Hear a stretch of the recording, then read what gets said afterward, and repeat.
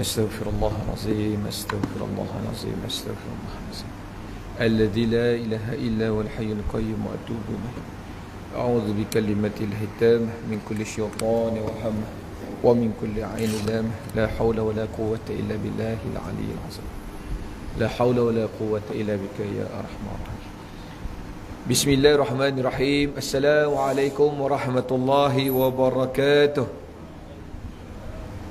Innal hamdalillah nahmaduhu wa nasta'inuhu wa nastaghfiruh wa na'udzu billahi min shururi anfusina wa min sayyiati a'malina. Man yahdihillahu fala mudilla lahu wa man yudlilhu fala hadiya lahu.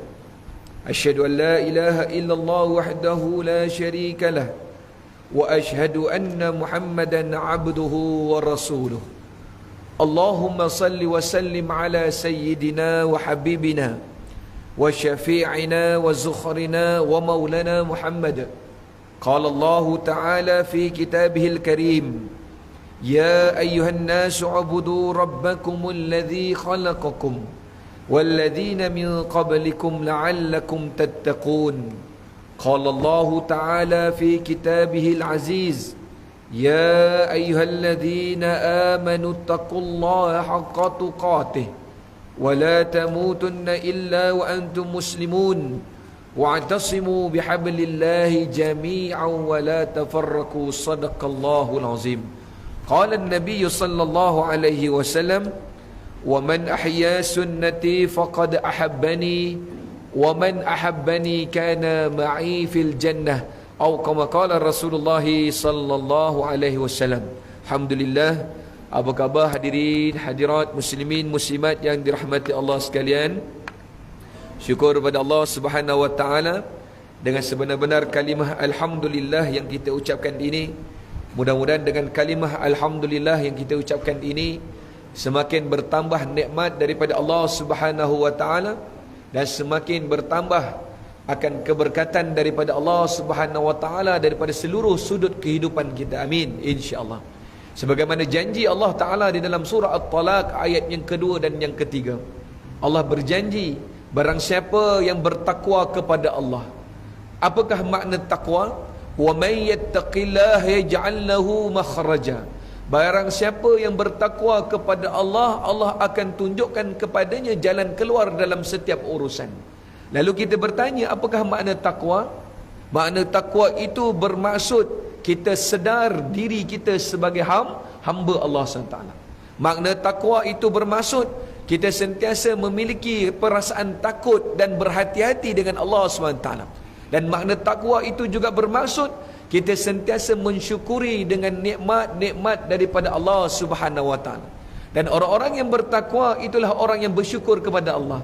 Dan orang yang bersyukur kepada Allah, Allah janjikan kepada mereka, wa yarzuqu min haitsu la yahtasib.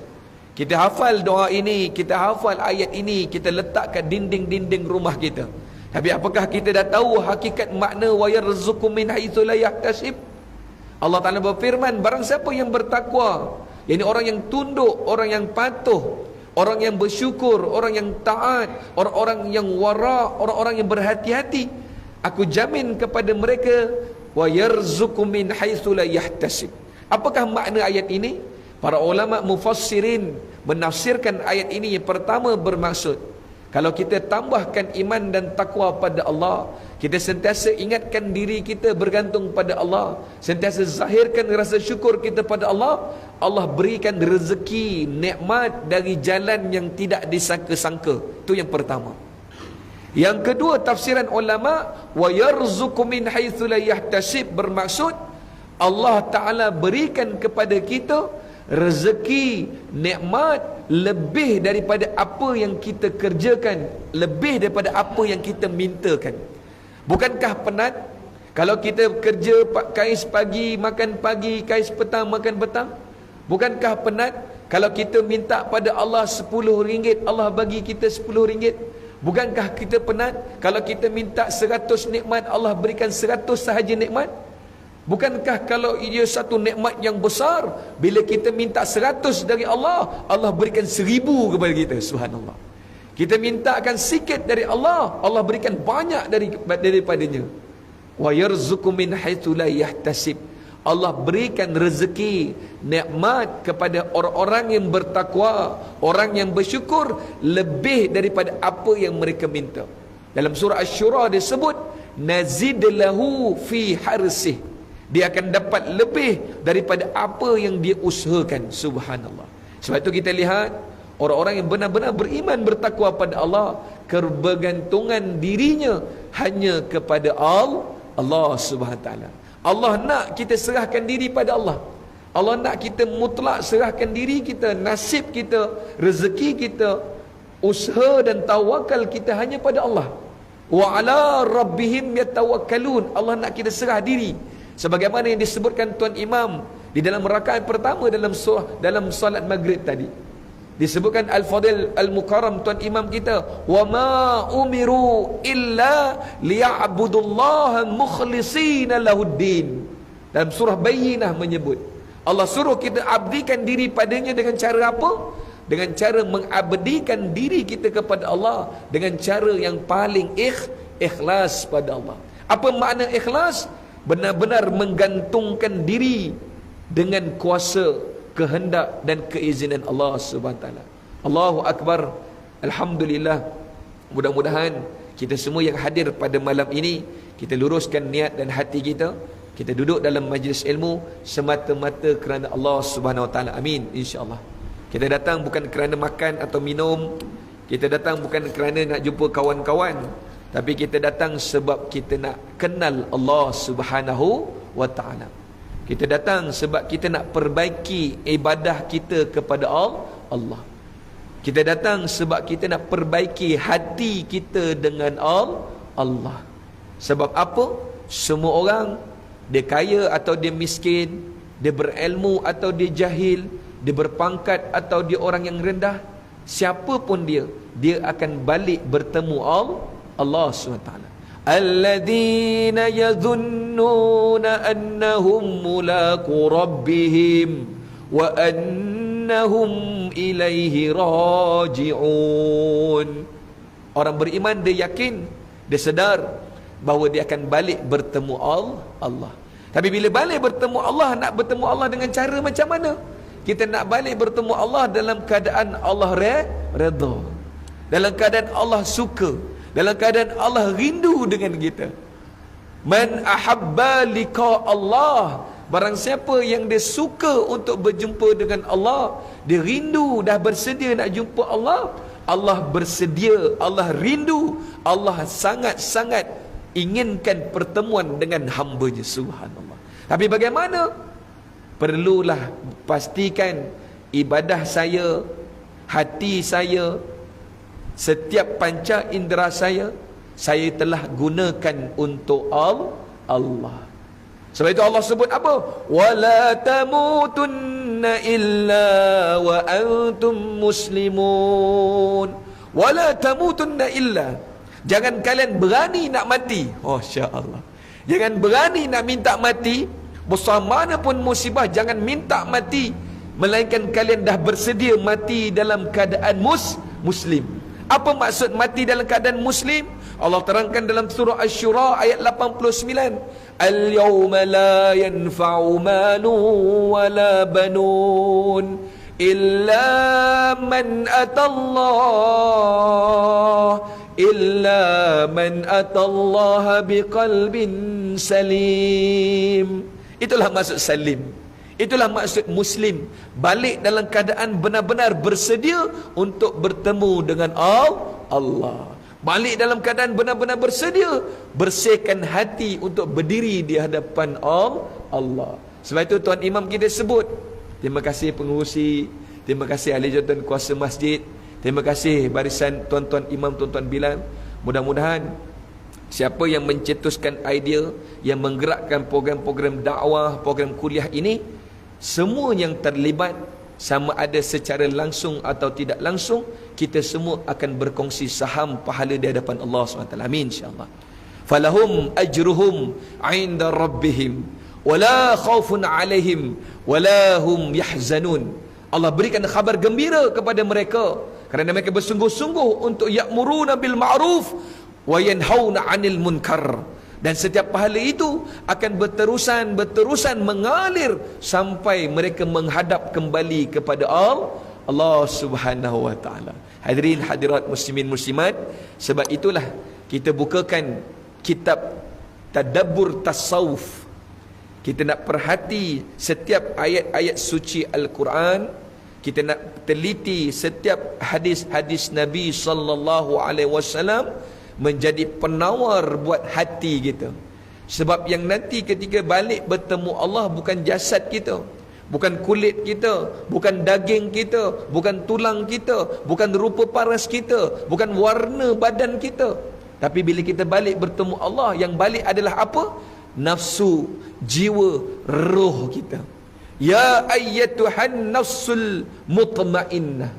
Sama ada kita balik dalam keadaan mutmainnah atau kita balik dalam keadaan nafsul amrata bisu, dalam keadaan jiwa yang dihina, dimurkai oleh Allah Subhanahu wa taala. Sebab itu kita bermohon kepada Allah dengan limpahan rahmat Allah, luasnya kasih sayang Allah, maha baiknya Allah, al-latifnya Allah, al-ghafurnya Allah, ar-rahimnya Allah. Walaupun kita banyak buat dosa, saya banyak buat silap, tapi Allah tetap berikan kita peluang untuk perbaiki diri, betul? Allah tetap sediakan kita masa untuk kita merenung, muhasabah dan balik kepada Allah. Setiap masa yang Allah berikan ini bukan sahaja untuk panjangkan umur kita, tapi Allah nak tengok apakah kita bersedia, apakah kita muhasabah untuk bersedia balik kepada Allah SWT. Tidak kira dia muda, dia berusia, dia umur 10 tahun, 40 tahun atau 80 tahun sekalipun, semua akan balik pada Allah. Bila? Wallahu a'lam. Semua dalam pengetahuan Allah. Suatu kita minta dalam doa kita minta apa? Taufik dan hidayah. Ramai orang minta taufik hidayah. Kalau saya tanya apa beza taufik dan hidayah? Apa beza ustaz taufik hidayah? Bezalah ustaz, beza ejaan. Satu mula huruf ta, satu mula huruf ha. Satu mula dengan huruf T, satu mula huruf H. Apa maksud taufik hidayah? Ya Allah, beri kami taufik dan hidayah ya Allah. Bukan hidayah tu Nur Hidayah bini baru, tuan-tuan, tak. Bukan tu. Hidayah apa maksudnya ni? Baik tuan-tuan, saya jelaskan malam ni kenapa kita kena minta hidayah, kenapa kita kena minta taufik. Apa beza? Saya harap nanti bila kita keluar dari masjid ni, kita duduk ngombe-ngombe, kita duduk ngeteh-ngeteh, saya tanya lagi sekali apa taufik hidayat, boleh faham InsyaAllah tuan-tuan. Ini bukan nama pemain badminton Indonesia tuan-tuan, tak ada kena-mengena dengan dia. Apa makna hidayah? Hidayah itu bermaksud petunjuk Allah, anugerah yang Allah berikan kepada satu orang manusia melalui hidayahnya. Dan hidayahnya boleh jadi melalui Al-Quran, hidayahnya juga boleh jadi melalui setiap ciptaan-ciptaan dia. Hidayah juga boleh jadi melalui para nabi dan rasul alaihissalatu wassalam.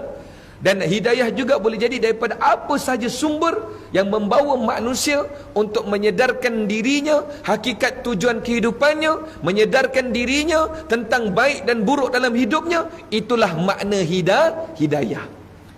Lalu apakah makna taufik ustaz? Jelas hidayah tuan-tuan Perkataan mudah, petunjuk. Perkataan mudah, jalan kebenaran. Perkataan mudah, kesempatan yang Allah berikan untuk kita berfikir dalam membezakan antara yang baik dan buruk, betul? Itu hidayah. Lalu apa makna taufik itu ustaz? Taufik dalam bahasa Arab, taufik lawannya apa dia? Bukan taufik. Taufik bukannya lawan taufik. Taufik dalam Quran lawannya adalah al-khuzlan. Lawan bagi perkataan taufik ada al-khuzlan. Ini ilmu akidah. Siapa belajar akidah dia kena tahu benda ni. Apa taufik ustaz? Taufik adalah ketika Allah membuatkan satu orang hamba, ketika Allah tidak membiarkan satu orang hamba di dalam memberikan tekanan dalam hidupnya, lalu dia memberikan fokus terhadap dirinya sendiri. Itu taufik. Ketika Allah tidak membiarkan saya berjalan di atas muka bumi dengan diri saya saja sendiri. Itu taufik. Ketika Allah Ta'ala tak izinkan saya untuk memikirkan bahawa semua kejayaan saya yang buat, semua ketaatan sebab saya yang baik, semua ilmu yang saya mampu curahkan sebab saya pandai. Ketika Allah berikan taufik, Allah akan buatkan kita rasa apa? Tak, semua ini nikmat dari Allah. Itu taufik. Jelas tuan-tuan? Bila kita sedar, ya Allah, tak, bukan sebab saya pandai, bukan sebab keturunan saya orang alim, bukan sebab saya orang baik, tapi saya dapat taufik dari Allah. Tapi bila Allah tarik taufik dia, Allah berikan al-khuzlan. Apa makna al-khuzlan? Bila Allah biarkan kita, Allah biarkan kita dalam keadaan kita rasa semua kebaikan, semua kebagusan, kejayaan sebab diri kita sendiri. Itulah namanya ditarik taufik. Allahu Akbar. Sebab itu Nabi ajarkan dua bentuk doa supaya kita sentiasa dapat taufik. Supaya apa? Apabila Allah lepaskan dirinya kepada diri kita sendiri, bila Allah lepaskan diri dia daripada diri kita sendiri, itulah bermaksud kita sedang jauh daripada taufik Allah Subhanahu Wa Taala. Bila kita rasa kita bagus, kita baik, kita saleh, kita alim, itu tanda kita jauh dari taufik Allah Subhanahu Wa Taala. Tapi bila kita dipuji, kita kata tak ada apa. Ketika kita dimuliakan, kita rasa hina. Ketika kita mampu bangun tahajud, kita puasa sunat, kita rasa kita banyak dosa. Itu bermaksud kita berada dalam taufiknya Allah. Jelas tuan-tuan? Itu makna taufik. Sebab tu Nabi SAW ajarkan pada kita doa yang biasa tuan-tuan baca, doa yang biasa tuan-tuan amal. Jadikan zikir. Jangan jadikan doa je, jadikan zikir. Di mana saja baca. Ya Hayyu Ya Qayyum birahmatika astaghis, birahmatika astaghis, aslih li sya'ni kullahu la ilaha illa anta fala takilni ila nafsi tarfata'in. Ini satu hadis Nabi. Ada satu lagi hadis Nabi berbunyi Allahumma rahmataka arju fala takilni ila nafsi tarfata'in. Apa maksud doa ini? Kita bermohon pada Allah, jangan sampai Allah biarkan, tinggalkan diri kita sendirian dengan diri kita sendiri, menentukan nasib baik buruk Allah biarkan kita sendiri tentukan. Waktu itu bermaksud kita sedang jauh daripada rahmat Allah. Tapi setiap kali kita duduk kuliah, kita rasa ya Allah banyaknya dosa, ya Allah banyaknya kejahilan ilmu, ya Allah banyak kelemahan. Itu tanda Allah sedang berikan taufik kepada kita. Bila taufik itu datang, itulah yang dipanggil sebagai nikmat yang barakah. Tapi bila taufik itu ditarik, itulah yang dipanggil sebagai al-khuzlan wal istidraj. Bila Allah berikan al-khuzlan, semua segala perkara kita rasa kita yang buat, disitulah bermaksud istidraj. Kenapa Ustaz tak boleh begitu? Kerana apa? Allah tak nak dalam hati kita sedikit pun ada perasaan bergantung kepada diri kita sendiri. Allah tak nak. Ya, Allah izinkan kita ikhtiar, berusaha. Allah izinkan kita untuk jadi pandai, jadi apa saja, silakan. Allah izinkan kita untuk capai impian matlamat dalam hidup kita, silakan. Tetapi Allah tak nak dalam hati kita gantung pada diri sendiri. Allah nak macam mana pun, itulah kekuatan pada kalimah hauqalah. Apa kalimah hauqalah? La haula wala quwwata illa billah. Tak ada daya upaya kekuatan melainkan semua dengan izin Allah. Inilah orang yang hatinya bersih. Inilah prosesnya. Sebab itu kita duduk dalam kuliah tadabbur tasawuf ini untuk renung muhasabah diri kita. Selain nak bersihkan penyakit hati, selain daripada nak merawat jiwa-jiwa kita yang banyak dengan keburukan, kita nak jadikan hati kita bersih, sempurna, balik kepada Allah. Itulah yang dipanggil ya ayyatuhan nafsul mutmainnah. Mungkin selama ni kita dididik, kita diajar, bahkan sistem pendidikan kita mengajar, bila kita dapat nombor 1 dalam kelas, rasa bangga dengan kejayaan kita, betul? Bila kita dapat keputusan cemerlang dalam peperiksaan, kita diajar untuk rasa kagum dengan diri kita, betul? Tak salah. Khalid Al-Walid setiap kali perang dia tak pernah kalah dan dia menang. Tapi setiap kali dia dipuji oleh tentera-tenteranya, dipuji oleh sahabat-sahabat yang lain, dia kata apa? Aku buat bukan untuk diriku, aku buat semata-mata untuk Allah Subhanahu Wa Taala. Ketika aku melepaskan busur panahku, ketika aku melepaskan anak panahku daripada busurku, aku yakin wa ma ramaita its ramaita walakinnallaha rama. Tidak ada ketepatan yang paling tepat melainkan ketepatan itu daripada Allah Subhanahu Wa Taala. Hebatnya iman mereka sebab apa? Ditarbiah langsung oleh Nabi sallallahu alaihi wasallam. Sebab itu kita renung di dalam kitab Nasihat Agama Wasiat Iman.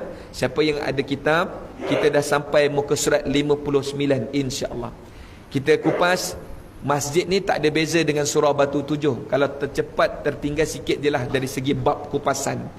Di Batu Tujuh pun kita dah sampai pada bab ini, iaitu Al-Imam Abdullah Al-Haddad rahimahullah ta'ala wa nafa'ana bihi wa bi umurihi wa bi ulumihi fid daraini amin. Mudah-mudahan Allah Ta'ala rahmati penulis ini, Allah rahmati pengarang kitab ini, Al-Alamah Abdullah bin Haddad rahimahullah ta'ala, daripada setiap perkataan yang dicatatkan di sini, mudah-mudahan membawa beliau almarhum ke dalam syurga Allah SWT. Amin. Mudah-mudahan kita yang membaca kitabnya juga ini dapat memegang jubah-jubah mereka untuk bersama mereka di dalam syurga Allah. Kita tak pernah bersama dengan dia. Kitab ini umurnya 400 tahun, 400 lebih. Bagaimana sebuah kitab yang ulama tuliskan ini kekal, masih lagi dibaca, masih lagi dikaji, disyarah? Satu je. Kenapa kita tengok kitab Imam Malik, Imam Nawawi, semualah kitab imam-imam muktabar ni masih ada hari ni. Bahkan setiap pengajian-pengajian di universiti, di pondok madrasah masih lagi baca kitab mereka. Sebab apa? Kenapa kekal? Walaupun umurnya 1000 tahun kitab Imam Bukhari itu, 1000 tahun. Kenapa boleh kekal? Sebab hati mereka ikhlas ketika mengarangkan ilmu, ketika mengajarkan ilmu, hati mereka ikhlas kerana Allah Subhanahu wa taala. Baik hadirin hadirat muslimin muslimat, jadi di sini kita akan bincangkan ketika digambarkan manusia ini akan terbahagi pada 3 golongan. Dan golongan apa yang akan selamat? Itulah golongan yang pertama. Ketika Allah Ta'ala menyebutkan di dalam surah Fatir ayat 32, ketika Allah Ta'ala menyebutkan dalam surah Fatir ayat 32, Allah gambarkan ketika ada golongan manusia yang diberikan nikmat, nikmat harta, nikmat iman, nikmat amal, nikmat ilmu, nikmat kefahaman, apa saja nikmat, mereka akan terbahagi pada 3 golongan. Ketika inilah kita nak muhasabah, saya termasuk kat golongan yang mana ni? Subhanallah. Saya akan diakhiri hidup saya dalam golongan yang mana ni? Sebab kita duduk majlis ilmu. Yang pertama Allah sebut dalam Al-Quran, faminhum zalimun li nafsih. Inilah mereka yang dengan nikmat yang mereka miliki, mereka menzalimi diri mereka sendiri. Subhanallah. Diberi nikmat ilmu, dia sombong dengan ilmu. Diberi nikmat amal, dia rasa ujub dengan ibadah dan amalnya. Diberi nikmat harta, dia sombong, dia takabur, dia kedekut, bakhil dengan hartanya. Allah. Diberi nikmat pangkat dan jabatan, dia sombong dengan kedudukan dan kuasanya. Tapi ketika ada orang-orang yang dipanggil faminhum zalimun li nafsi, semua nikmat itu akan menjerumuskan mereka ke dalam neraka jahannam. Allahu akbar. Nauzubillah. Sebab itu disusun di sini disebutkan Imam Abdullah Al-Haddad yang pertama, siapakah mereka? Inilah orang-orang yang dipanggil sebagai as-sabiqun al-awwalun. Mereka orang-orang yang terdahulu di kalangan para nabi, para anbiya, para rasul, para sahabat-sahabat radhiyallahu ajma'in. Ya, ini manusia akan terbahagi kepada 3 golongan. Dan 3 golongan ini ditentukan oleh apakah cita-cita di dalam kehidupan. Disebutkan di dalam kitab ini muka surat 59. Yang pertama, itulah orang-orang para anbiya dan para siddiqin.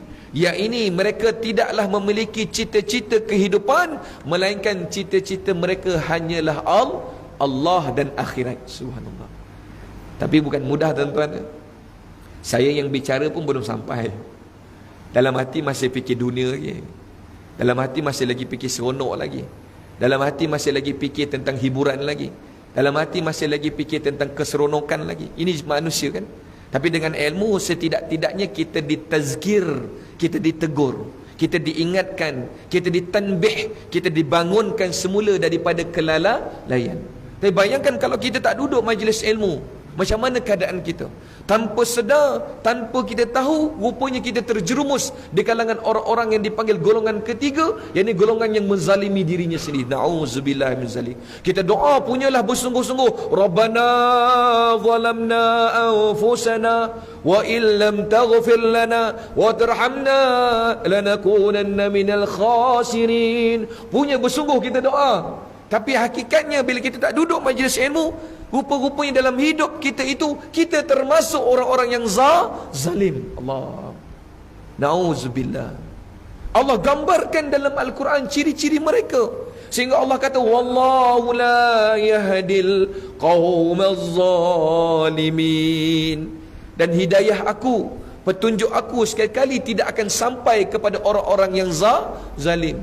Maksud zalim apa? Apabila dia meletakkan sesuatu itu bukan pada tempatnya, itu zalim. Meletakkan sesuatu benda bukan pada tempatnya, itu zalim.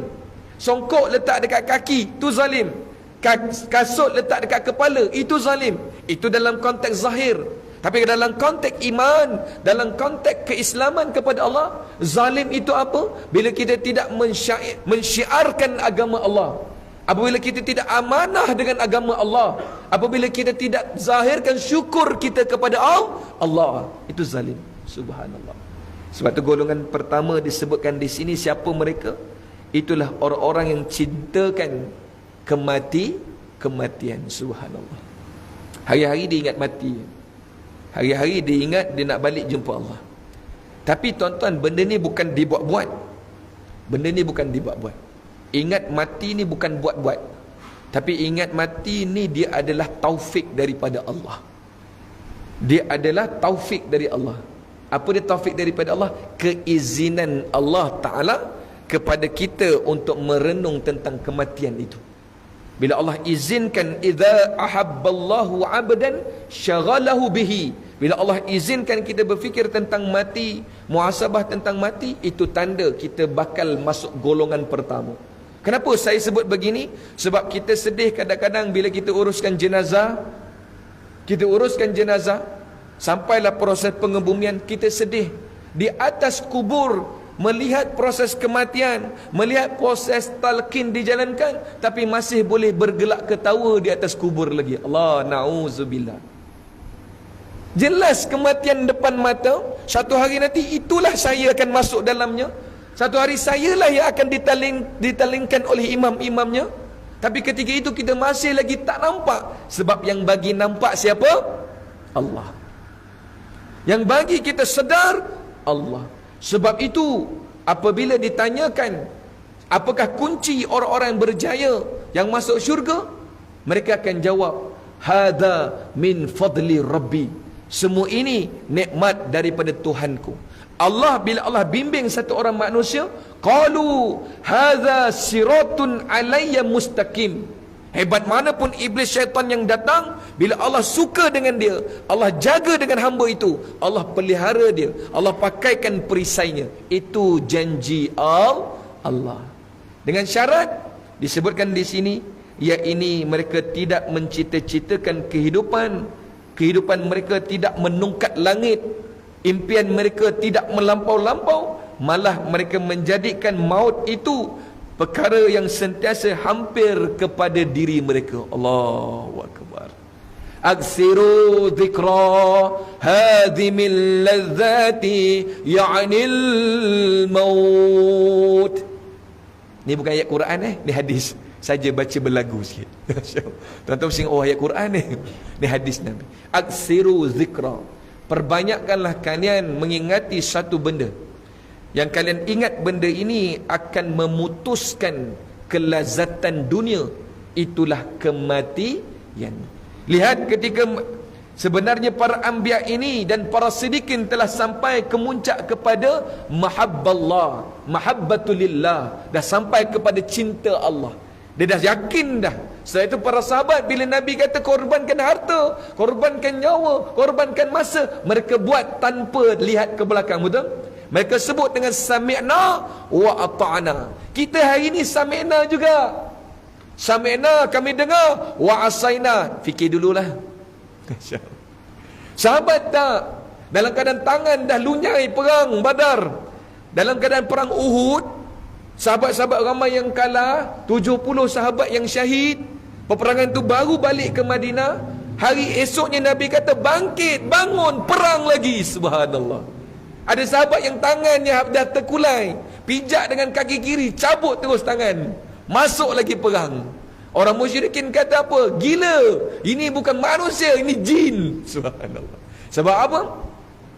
Yakin. Tu'minuna billahi wa rasulihi wa tujahiduna fi sabilillah bi amwalikum wa anfusikum. Kenapa mereka sanggup korbankan segalanya? Dzalikum khairul lakum in kuntum ta'lamun. Kerana Allah janjikan khairul lakum. Bila sebut khair dalam Al-Quran, itu bermaksud tafsiran, itu bermaksud syurga Allah SWT. Masya Allah. Inilah golongan pertama yang disebutkan Imam Abdullah Al-Haddad. Mereka telah sampai kepada kemuncak yang amat tinggi dalam mencintai Allah, dalam mentaati Allah. Jika mereka mati sekalipun, tidak ada yang meninggalkan sesuatu, bahkan tidak ada yang mereka tinggalkan, bahkan mereka hanya tinggalkan iman dan Islam kepada keturunan mereka. Allah, jauhnya kita dengan para siddiqin anbiya. Apa kita tinggalkan untuk si anak-anak, kita dah sibuk dah ni, tuan. Tanah, harta, peti ais, TV, kereta 3-4 biji dah standby ni. Tak salah, tak salah, tak salah. Saya ulang sekali lagi, tidak salah. Tapi tak kala kita memikirkan itu lebih daripada tujuan kehidupan kita, itu yang disebut Nabi, orang itu semakin takut dengan kematian. Bukan salah nak sediakan. Bagus kita sediakan anak isteri kita dengan keperluan yang sempurna setelah kita mati, itu bagus. Sebab kita tak masukkan, kita tak jebakkan dia kepada kemudaratan, itu baik. Dalam Islam itu adalah perkara yang sangat wajib untuk jaga isteri dan anak-anak kita, keturunan kita. Tetapi kita secara rohaniat, secara tasawufnya, apakah itu akan terus membebankan kita? Alhaakumut takatsur hatta zurtumul maqabir. Allah sebut sibuknya kita. Ketika kita sibuk menghitung-hitung harta, sibuk menghitung-hitung persiapan untuk isteri dan anak kita lepas mati, kita terlupa dan mati balik masuk kubur. Allah Akbar. Sedangkan bukankah kita yakin, kita dah usaha, kita dah buat kerja kita sebagai hamba, betul? Kita dah pergi kerja, kita dah berniaga, kita dah buat dah macam ikhtiar. Bukankah kita kena yakin bahawa yang bagi kesempurnaan rezeki itu siapa? Allah. Allah nak ini. Allah nak kita jadi orang yang mempunyai i'tiqad, kebergantungan mutlak kepada Allah Subhanahu wa taala. Tarik nafas dulu. Kita sambung selepas azan. Mudah-mudahan 3 golongan ini kita pilih yang mana kita nak masuk. Kita rasa, kita hitung, kita nilai kat mana yang kita layak berada di dalamnya. Wa na'udzubillah, mudah-mudahan kita tak termasuk di kalangan golongan yang dipanggil zalimun li nafsih. Na'udzubillahi min zalik. Wallahu a'lam bisawab. Aku qouli hadza wa astaghfirullahal azim li wa lakum.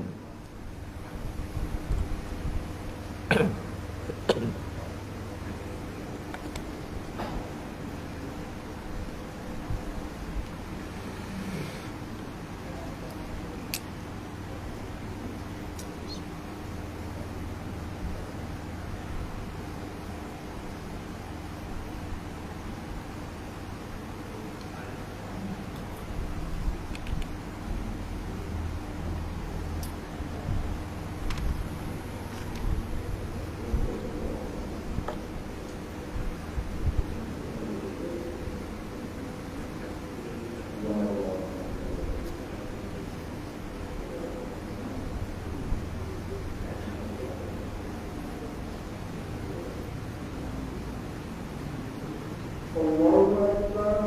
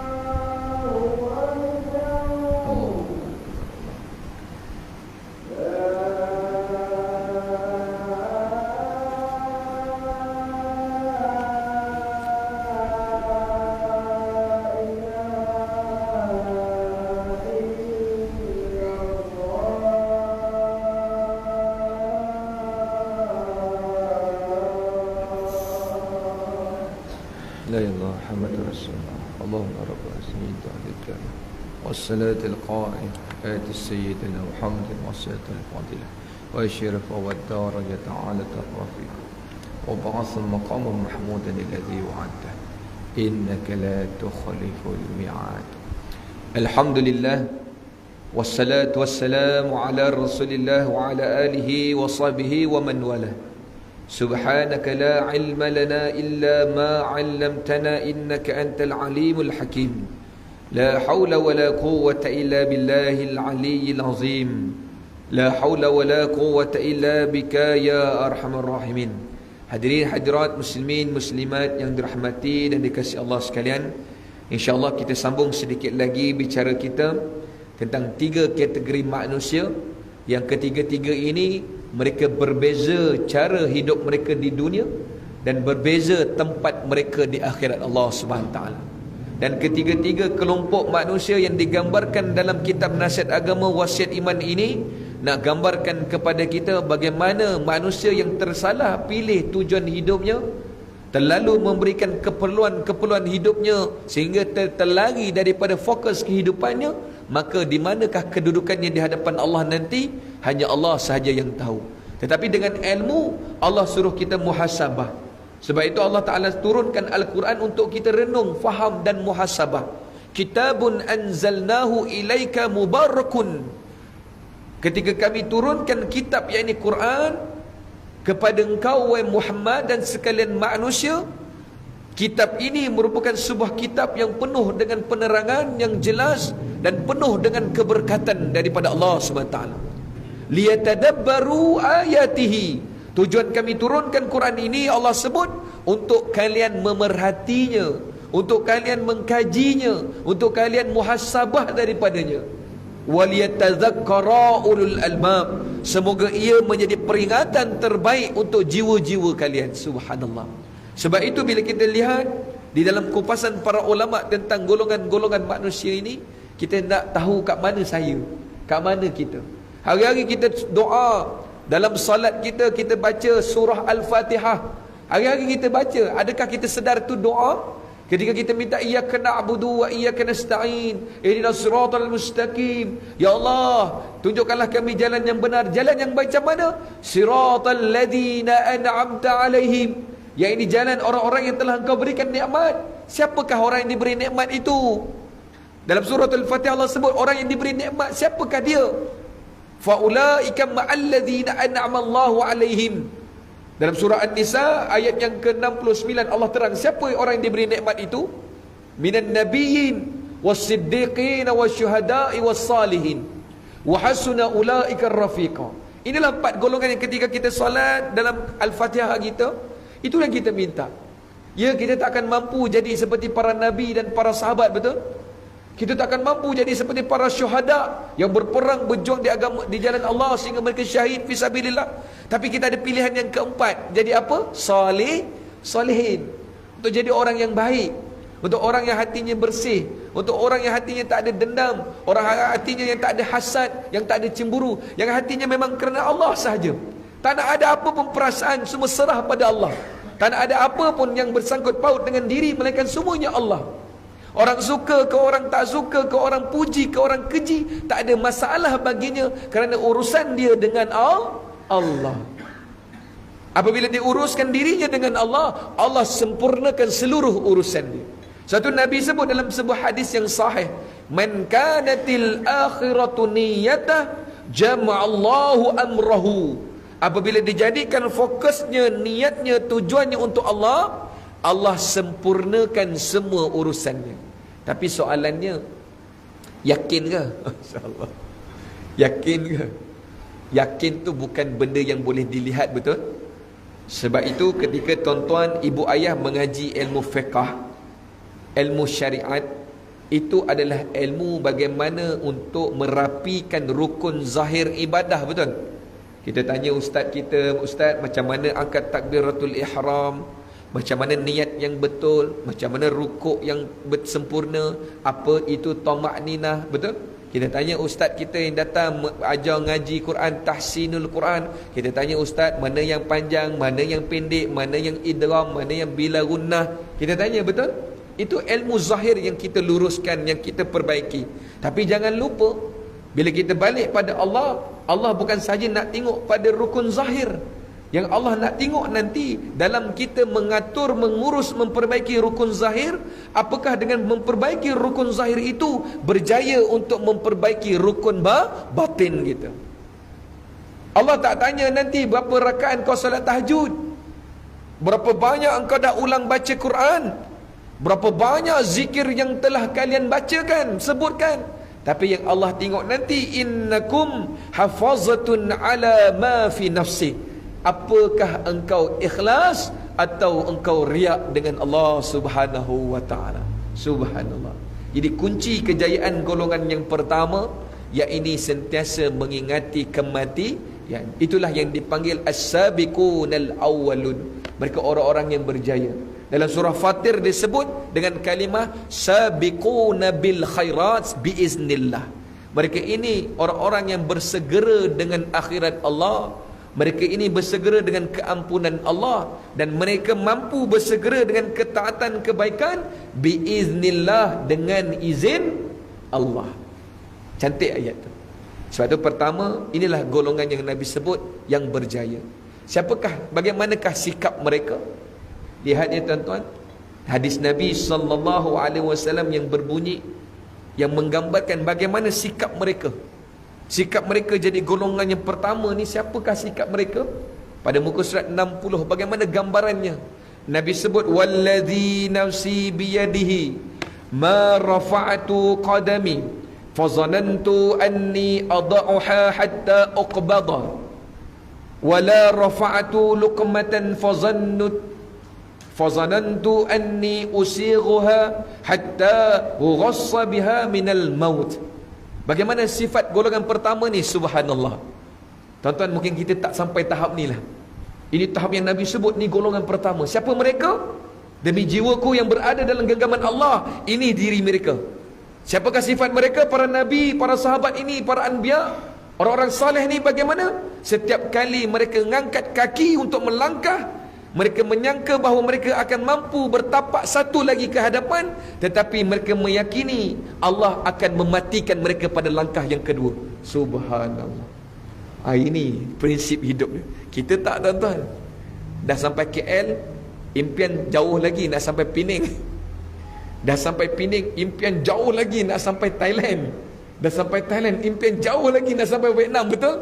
Tapi para sabiqunal awwalun, setiap langkah mereka fikir mati. Allahu akbar. Bahkan Nabi kata apa? Wala rafa'tu luqmatan fazanantu anni. Bahkan setiap kali mereka ini menyuap makanan di mulut, mereka menyangka daripada mulut itu mereka mampu menelannya. Lalu mereka fikir andai ketika menelan, waktu itulah ditarik nafasnya. Allahu akbar. Macam tu sekali, tuan-tuan.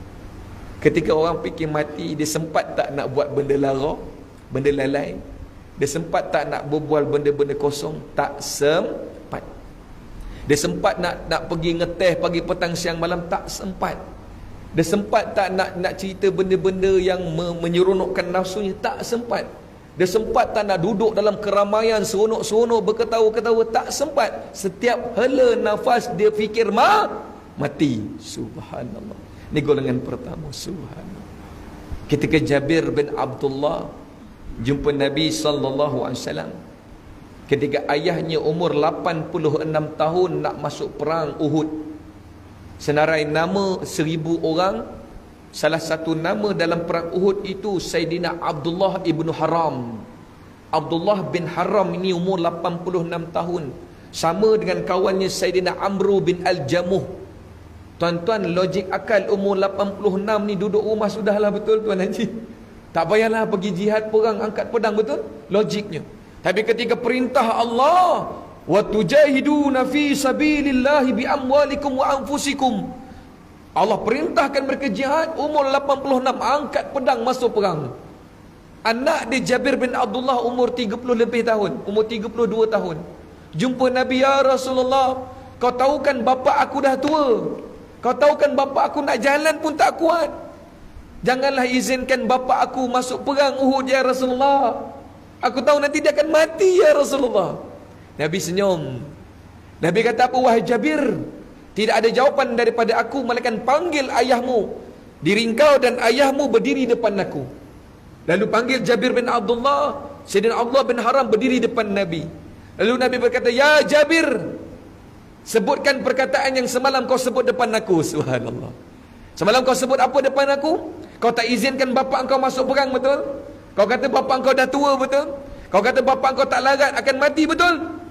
Ketika Abdullah bin Haram dengar kalimah itu, dia kata, ya Jabir, laulal jannah, kalau bukan kerana syurga Allah, aku letak pedang ni aku balik.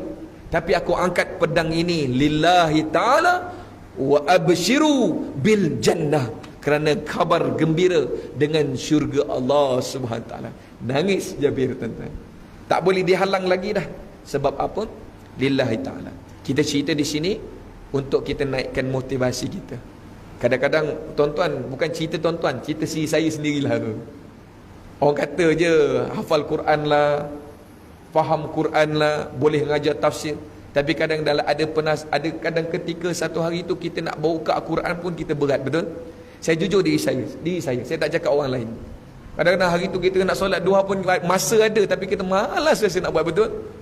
Kadang-kadang kita dengar azan, ya Allah, pakailah aku imam, kalau tak imam aku tak datang. Masya Allah, saya imam tempat saya, tuan-tuan. Ya, kita bertawar-menawar dengan Allah Subhanahu wa taala. Kita bermain hukum dengan Allah. Teman-teman lah, kita kaji, kita faham usul fiqh. Oh, tak apalah, solat berjemaah ni sunat muakkadah, tak wajib, Masya Allah. Tapi bila makan, bila bab kahwin, wajib pula, tuan-tuan. Inilah perasaan kita. Kita tak mampu sebagaimana mereka.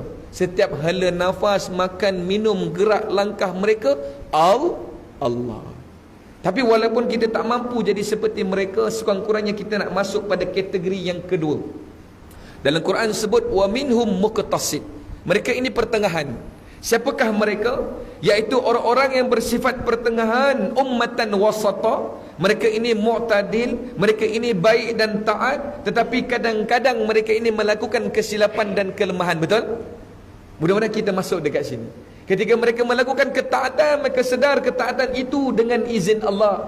Ketika mereka melakukan maksiat dan mereka terlalai pada Allah, mereka segera balik kepada Allah. Ini sifat golongan yang kedua. Siapakah mereka?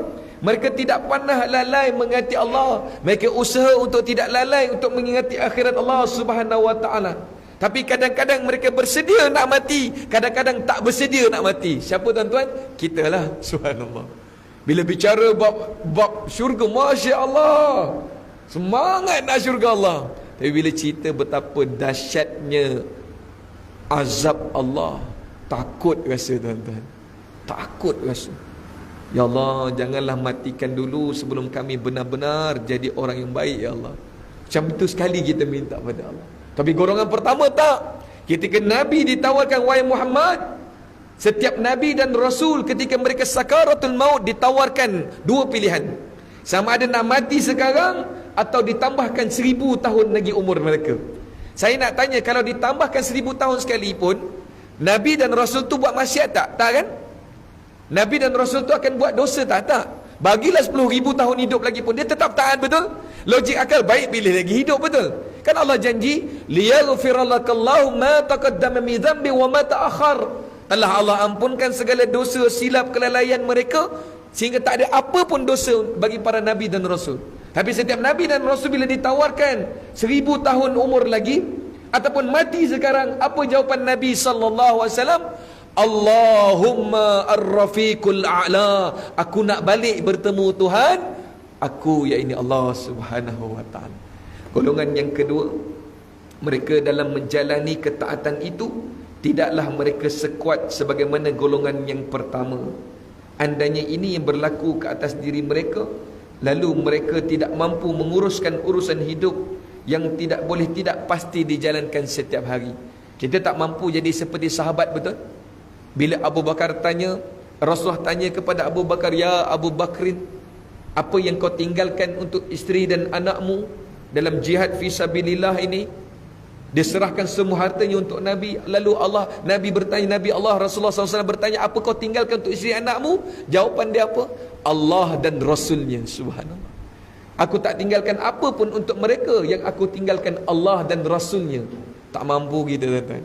Tapi golongan kedua, dia mempersiapkan dirinya dalam menguruskan setiap perjalanan hidupnya setiap hari. Kadang-kadang dia akan tergendala untuk urusan akhirat kerana melebihkan urusan dunia.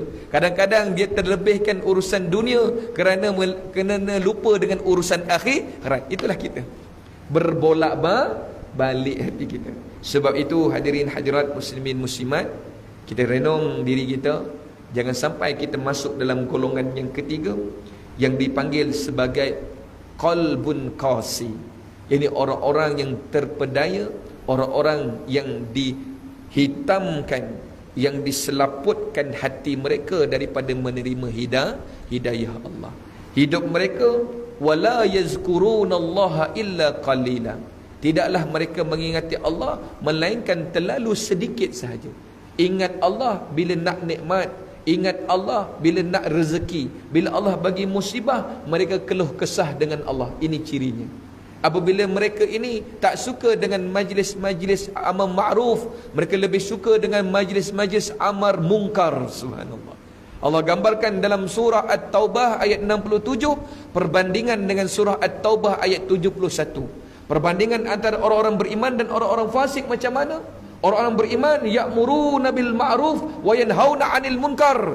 Mereka ini mengajak manusia kepada kebaikan, elak diri dari maksiat dan cegah orang daripada kemungkaran.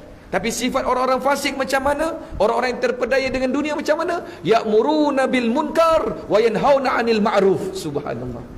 Mereka halang kebaikan dan mereka mempromosikan maksiat dan kemungkaran.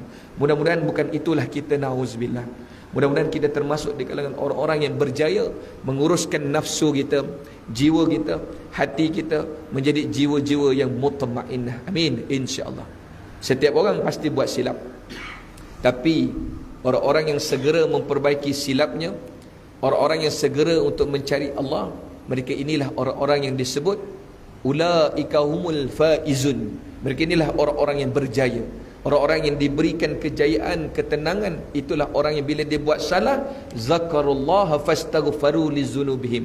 Cepat-cepat ingat Allah. Kita berhenti di sini pada muka surat 62. Ketika bicara tentang tiga kelompok manusia ini, kita berdoa pada Allah dengan hidayah dan taufiknya. Mudah-mudahan kita tergolong di golongan yang kedua atau golongan yang pertama yang dibincangkan. Amin, insya-Allah. Segala kelemahan dan kekurangan yang kita lalui dalam hidup ini adalah sebagai musibah untuk kita merenung balik.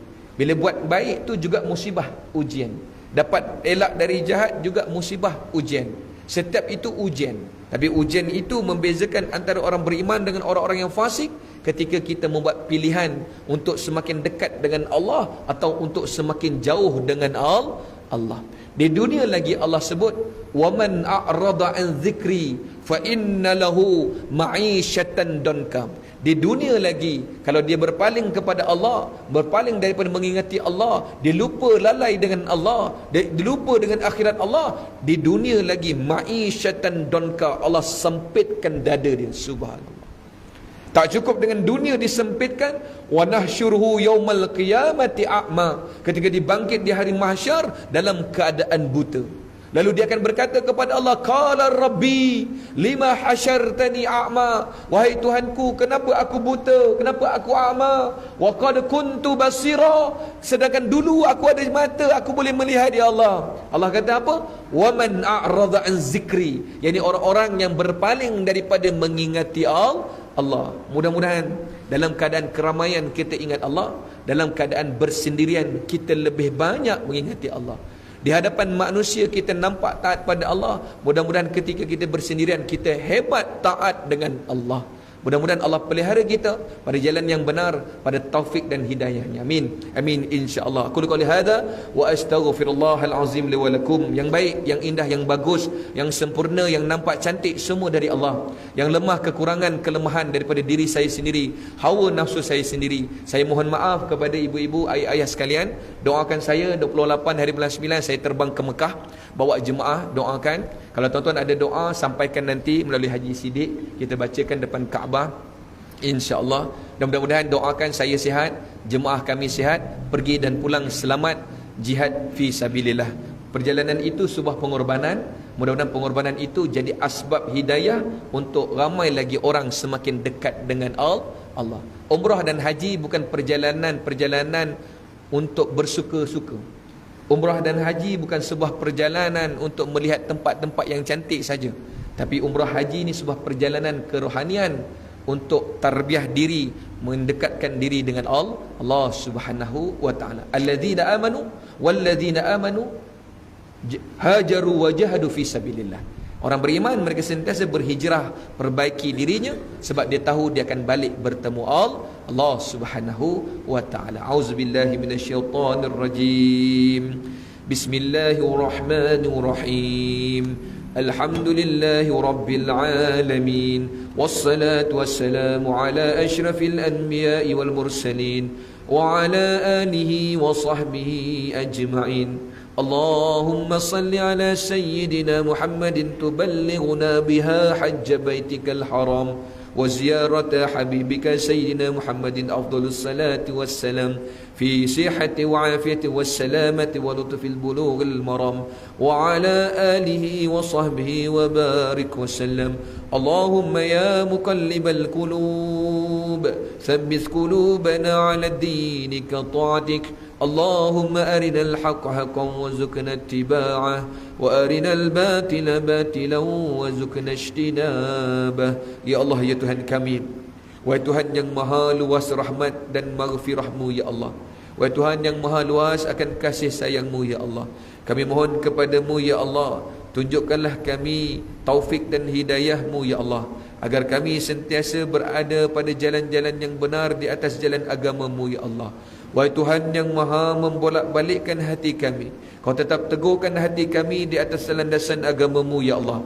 Wahai Tuhan yang maha membolak-balikkan hati kami, Kau tetap teguhkan cinta dan taat setia kami kepada baginda Nabi sallallahu alaihi wasallam. Ya Allah, ya Tuhan kami, tunjukkanlah kami kebenaran itu sebuah kebenaran ya Allah, agar kami dapat mengikuti akan kebenaran itu ya Allah. Tunjukkanlah kami kebatilan itu sebuah kebatilan ya Allah, agar kami dapat menghindari akan kebatilan dan kesesatan itu ya Allah. Ya Allah, Kau berikanlah kami mata kami, hati kami, jiwa kami dan seluruh panca indera kami cahaya hidayah-Mu ya Allah, agar kami mampu membezakan antara yang benar dan yang salah ya Allah, agar mampu kami untuk membezakan mana yang hak dan mana yang batil ya Allah. Ya Allah, ya Tuhan kami mohon rahmat dan belas ihsan-Mu ya Allah, kami mohon rahmat dan belas kasihan-Mu ya Allah. Janganlah Engkau tinggalkan diri kami sendirian ya Allah. Janganlah Engkau tinggalkan diri kami dengan nafsu kami sendiri ya Allah, walaupun sekelip mata ya Allah. Kami serahkan diri kami, hidup dan mati kami, segala urusan, ikhtiar dan tawakal kami hanya kepada-Mu ya Allah. Allahumma rabbana innana amanna faghfir lana dhunubana wa qina adzaban nar. Wa sallallahu ala sayyidina Muhammad wa ala alihi wa sahbihi wa baraka wa sallam. Walhamdulillahi rabbil alamin. Taqabbalallahu minkum. Kita tutup dengan tasbih kafarah dan surah Al-Asr. Subhanakallahumma wa bihamdika asyhadu an la ilaha illa anta astaghfiruka wa atubu ilaik. Bismillahirrahmanirrahim. Wal 'asr innal insana lafi khusr illa alladhina amanu wa 'amilus salihat wa tawasaw bil haqq wa tawasaw bis sabr. Shadaqallahul azim. Assalamualaikum warahmatullahi wabarakatuh.